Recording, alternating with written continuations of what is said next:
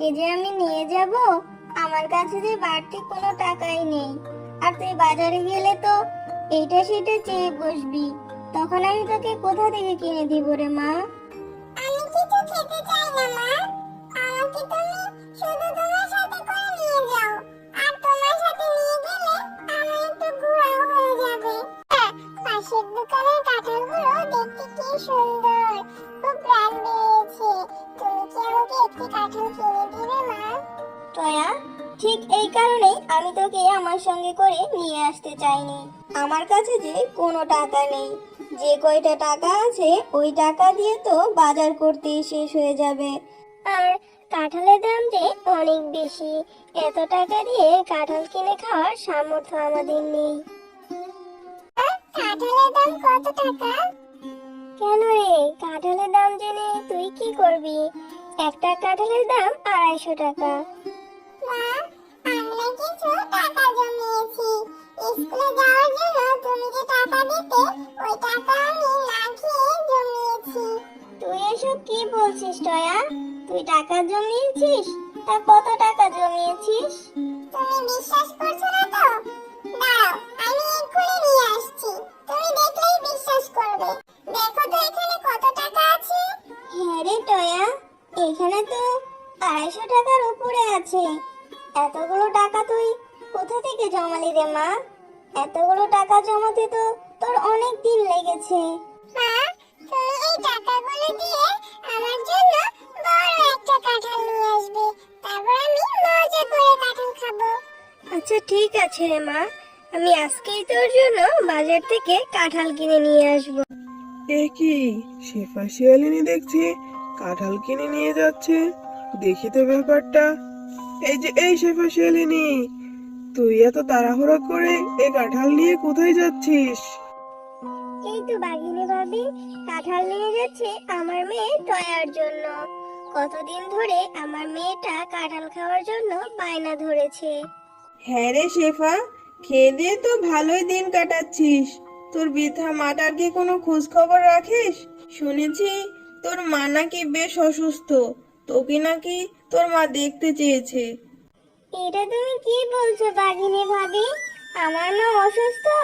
আমি এক্ষুনি যাচ্ছি। কিন্তু এই কাঁঠালটা তো আমার মেয়ের কাছে পৌঁছাতে হবে। ও যে কাঁঠাল খাওয়ার জন্য বসে আছে। আমি বরং কাঁঠালটা আমার মেয়ের কাছে পৌঁছে দিয়ে তারপর মাকে দেখতে যাব। এটা নিয়ে তুই চিন্তা করিস না, কাঁঠালটা এখানেই রেখে যা। আমি বরং কাঁঠালটা তোর মেয়েকে পৌঁছে দেওয়ার ব্যবস্থা করছি। তুই বরং তাড়াহুড়ো করে তোর মায়ের কাছে যা। তার আগে যদি তোর মায়ের কিছু হয়ে যায়, তাহলে তুই কখনো নিজেকে ক্ষমা করতে পারবি না। তুমি অনেক ভালো গো বাঘিনী ভাবি। তাহলে ঠিক আছে, আমি তাহলে কাঁঠালটা তোমার কাছে রেখে যাচ্ছি। তুমি কাঁঠালটা আমার মেয়েকে দেওয়ার ব্যবস্থা করে দিও। তুমি কেমন আছো? তুমি ঠিক আছো তো? বাঘিনী ভাবি বললো তোমার শরীরটা নাকি বেশ অসুস্থ, তাই তো আমি তোমার কাছে তাড়াতাড়ি ছুটে এলাম। হ্যাঁ রে মা, এসেছিস, ভালো করেছিস। তা আমার দিদি ভাইকে সাথে করে নিয়ে এলি না কেন? আর আমি তো অসুস্থ হইনি, আমি তো ঠিকই আছি। মা, তুমি তো ঠিকই আছো? তাহলে বাঘিনী ভাবি আমাকে মিথ্যা কথা কেন বললো? মা, আমাকে এক্ষুনি বাড়ি যেতে হবে। ওইদিকে মেয়েটাকেও একা রেখে এসেছি। আজ আমি যাই মা, অন্যদিন আমি টয়াকে নিয়ে আসবো। আচ্ছা ঠিক আছে মা, আমার দিদি ভাইকে সাথে করে নিয়ে এসো। ঠিক আছে মা, তুমি তোমার খেয়াল রেখো।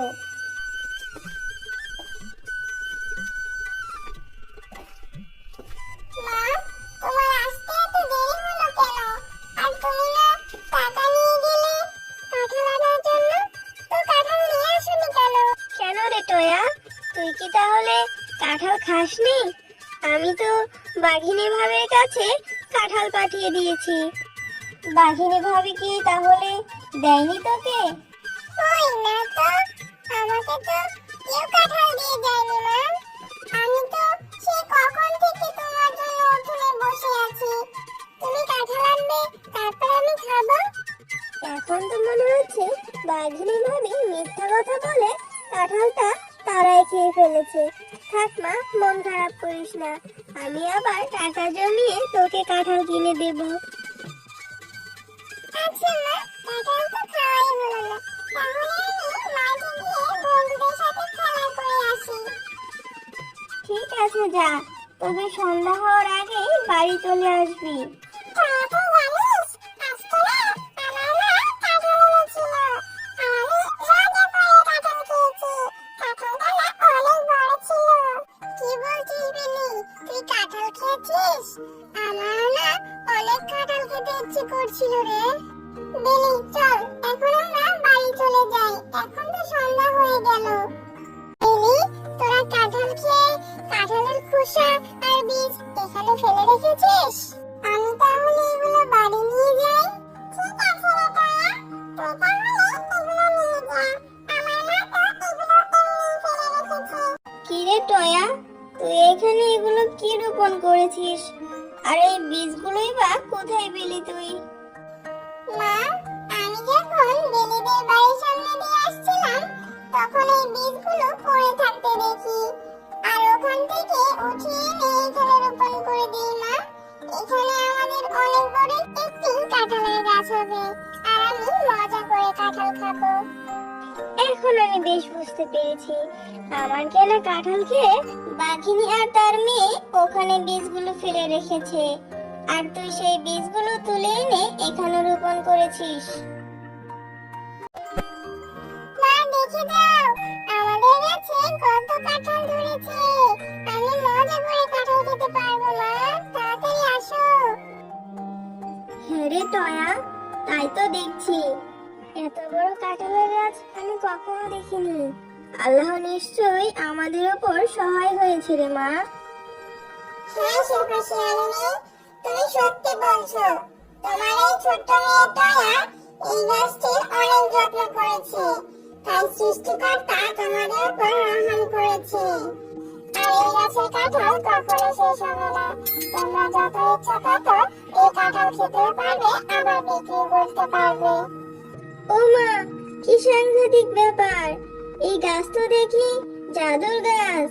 আচ্ছা ঠিক আছে কাঁঠাল গাছ, আজকে থেকে তোমার কাঁঠাল আমরা খাবো আর বিক্রি করব। কাঁঠাল আছে কাঁঠাল, পাকা পাকা মিষ্টি মিষ্টি কাঁঠাল, রসালো মিষ্টি কাঁঠাল নিয়ে যান। শেফা, তুই এতগুলো কাঁঠাল কোথায় পেলি? আর তুই কাঁঠালের ব্যবসা শুরু করেছিস নাকি? মিথ্যে কথা বলার জায়গা পাস না বুঝি? তুই নিশ্চয়ই কাঁঠালগুলো চুরি করেছিস, আমিও দেখে নেব। তুমি অনেক খারাপ। সেদিন তুমি ছোট্ট মেয়েটির কাঁঠালগুলো খেয়েছো, আবার এসেছো কাঁঠাল চুরি করার জন্য। এই নাও, আমি তোমাকে শাস্তি দিচ্ছি। এখন থেকে তুমি শাস্তি ভোগ করো।